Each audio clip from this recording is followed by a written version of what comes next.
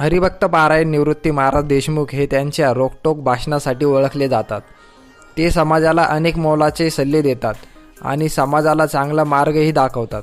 असंच एका कीर्तनात महाराजांनी दहाव्याचं कीर्तन ठेवणाऱ्यांसाठी काही उपदेश केला आहे. महाराजांनी कीर्तन ठेवणाऱ्यासाठी आणि ज्याचे कीर्तन असतो त्याच्यासाठी हे काही वाक्य बोललेले आहेत.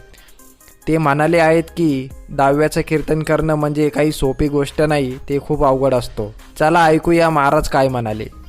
बरं, दहाव्याचं भाषण म्हणजे प्युअर खोटं भाषण. कसाही मरू चांगलाच म्हणायची पाळी तिना. तो येडा सोडून मेला तरी आपण म्हणायचं त्यांचे आणि आमचे जवळचे संबंध होते. आता काय करता काय.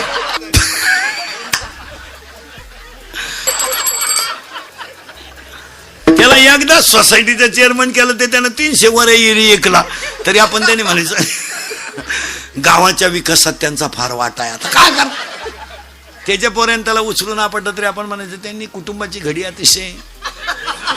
बरे, दहाव्याला भाषण करणारी माणसं काय टाळ्यावर नाही राहती.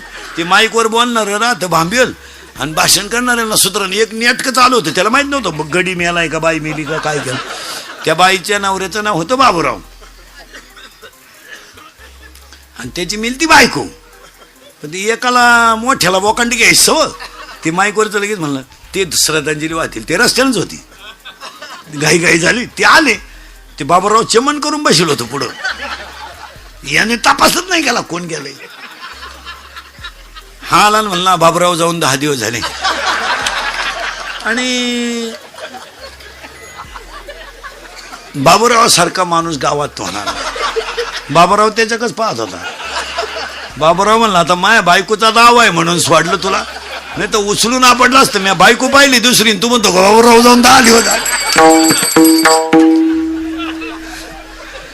आताच आपण ऐकलं की महाराज दहाव्याचं कीर्तन ठेवणाऱ्यांसाठी काय म्हणाले. दहाव्याचं कीर्तन किती अवघड असते ते म्हणाले आहेत. बरोबर आहे, दहाव्याचं कीर्तन करणं म्हणजे खूपच अवघड काम आहे.